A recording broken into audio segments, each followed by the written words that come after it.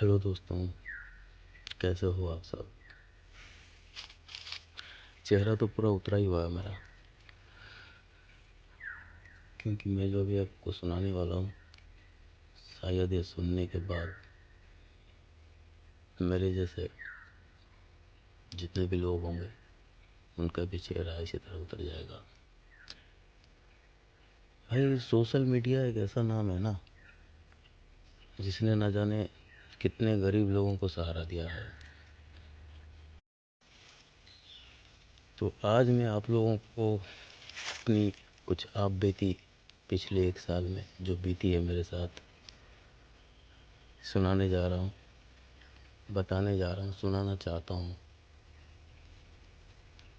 ताकि मेरे जैसे जितने भी भाई लोग ये सुने वो सतर्क हो जाएं। और मैं तो भाई बोलूँगा कि किसी की गुलामी करने से अच्छा है अपना खुद का कुछ बिजनेस बना लो, चाहे वो छोटा हो।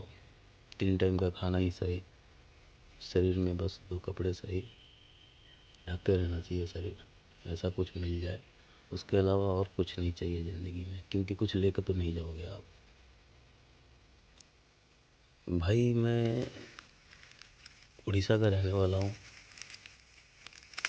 पेशे से प्लम्बर हूँ, प्लम्बर का काम करता हूँ। मेरी शादी हो चुकी है, मेरा एक 6 साल का बेटा भी है, जो अभी सरकारी स्कूल में पढ़ाता हूँ। अभी 6 साल का तो पता ही है आपको क्या पढ़ता होगा बच्चा, ABCD जो भी अपना पढ़ाई कर रहा है धीरे धीरे। भाई ऐसा है, मैं दिल्ली में काम करता था एक ऐसे ठेकेदार के पास, जिसने मुझे ज़िंदगी का मज़ा सिखा दिया पूरा। उसने कह दिया कि पैसा का वैल्यू क्या होता है, बता दिया उसने मुझे। मैं अपनी आप बीती रो के तो नहीं सुना सकता आपको, क्योंकि भाई मर्द हूँ, औरत थोड़ी मैं जो रो लूँगा, कमाने वाला हूँ। भाई 1 साल से उसके पास मैं काम कर रहा था, मुझे उसने पता चलने ही नहीं दिया कि वो मेरे साथ गेम खेल रहा है, 420 डिग्री कर रहा है।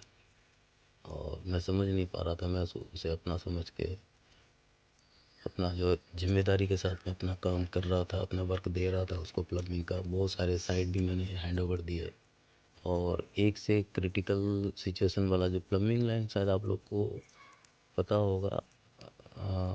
घर में आप काम कराते होंगे, या फिर अगर आप प्रोफेशनल एक प्लम्बर होंगे तो आपको पता ही होगा कितना सेंसिटिव काम होता है वो सब, पाइपलाइन का काम।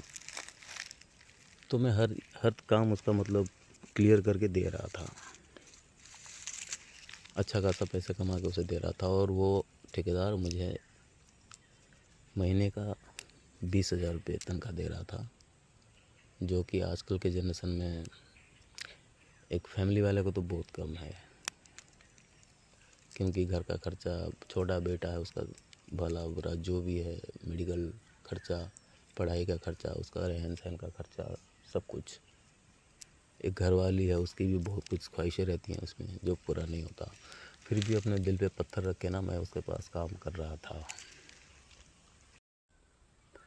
और भाई साहब, और एक बात बता दूं, मैं सबसे बड़ी बात कि मैं उनके घर में ही रहता था। उन्होंने अपना एक फ़्लैट ख़रीद रखा था, 2nd फ्लोर पे उनका फ्लैट था। उनके घर में 3 लोग रहते हैं, मियाँ बीवी, उनका एक बेटा था 20 साल का। तो मैं भी उनके साथ में रहता था। और महीने का जो खाने का खर्चा है, जितना ऑब्वियसली हर जगह हम देते हैं, जैसे खर्चा हम करते हैं, जैसे 2,500 3,000 जो महीने का खर्चा आता है खाने का, राशन का, वो मुझसे वो लेते थे। और रूम का किराया मुझसे नहीं लेते थे, क्योंकि मैं उनके पास में जैसे साथ में रहता हूँ, तो साथ में रहने से ना, अगर कोई अच्छा कारीगर अगर साथ में रह गया तो वो दिन रात नहीं देखता है, वो सिर्फ क्या देखता है भाई, क्वालिटी देखता है और क्वांटिटी देखता है। क्योंकि मैं जब वो लोग मुझे देख रहे हैं तो मेरा भी फ़र्ज़ बनता है कि भाई जब मैं काम कर रहा तो उनका भी कुछ देख लूँ। तो मैं ओवर टाइम काम करता था, तो उनका मेकअप हो जाता था, तो रूम का किराया नहीं लेते थे, ठीक है चलो। मगर वही चीज़ ना, जो मैं उसको नज़रअंदाज कर रहा था, वो मेरे लिए गलत साबित हो गया। क्योंकि मुझे जो ओवर टाइम फ्री में मैं करके दे देता था, क्योंकि मुझे घर में वो रहने देते हैं, वो मेरा गलत सोच था। मैं आगे बताऊंगा क्या प्रॉब्लम है।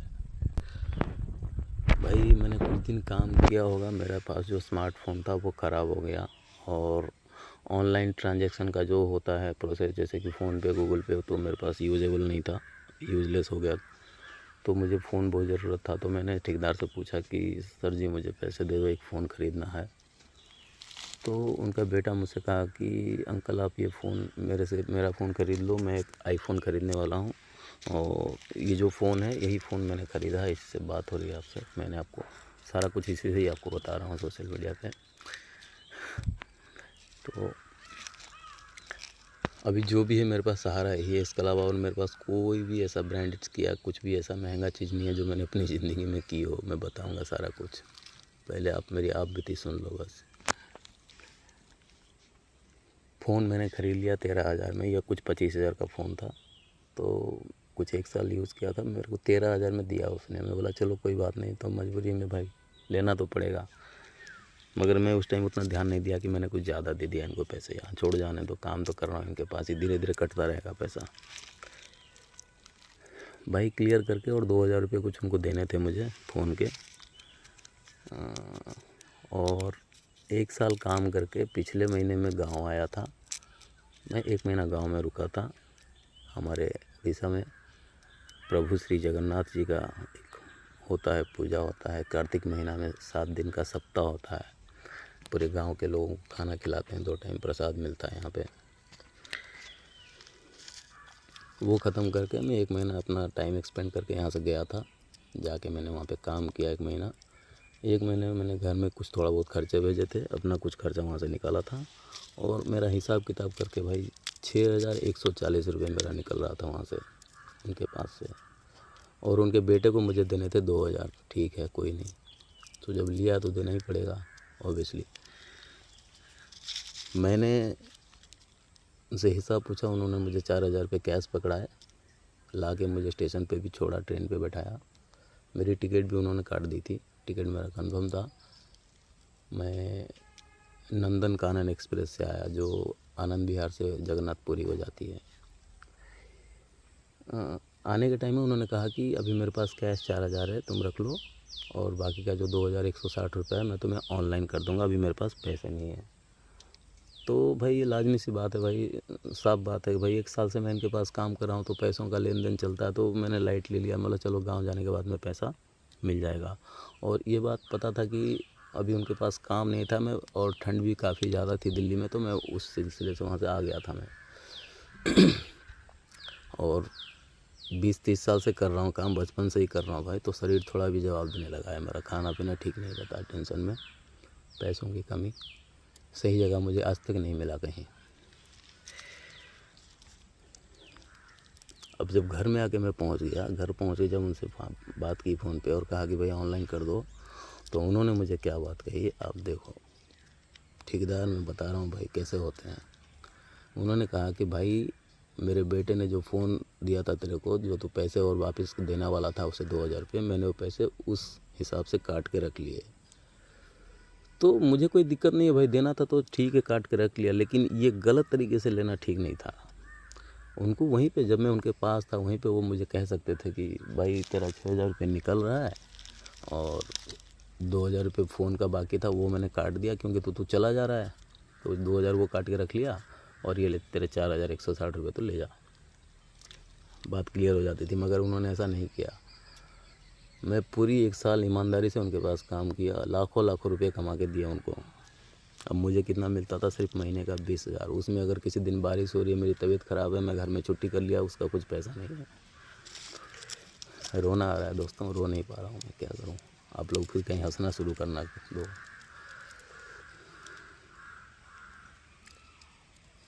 मैं ये खाली चाहता हूँ ना दोस्तों कि वो आदमी जैसा है भाई, अपना कैरेक्टर में ठीक है या भूल है मुझे नहीं पता, लेकिन उन्होंने मेरे साथ 420 डिग्री करी है।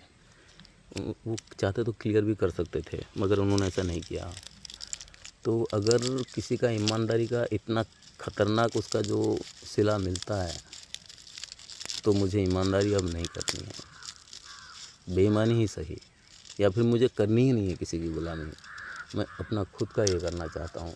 बस मुझे आप लोगों से हाथ जोड़ के एक छोटा सा विनती है भाई, अगर ये किसी के पास पहुंच रहा होगा। मुझे तो यूट्यूब पे ठीक से अपलोड सेटिंग वगैरह ये सब नहीं करना आता है। मैंने किसी से पूछ के एक चैनल ओपन किया था। मेरा चैनल ऐसे ही एंटरटेनमेंट के लिए था, मतलब हर टाइप का वीडियो मैं इसमें डालता हूँ इस चैनल पे। मेरा चैनल का नाम है रियल टाइम एंटरटेनमेंट। अगर ये वीडियो आप लोग तक जाता है तो प्लीज़ आप मुझे खाली ये बताना कि ठेकेदार ने मेरे साथ गलत किया या फिर अच्छा, तो मेरा दिल मान जाएगा। चलो भाई, दुनिया में ऐसे टाइप के भी लोग होते हैं, तो फिर मुझे और थोड़ा वो होगा, मैं कहीं कुछ और सोचूंगा करने का।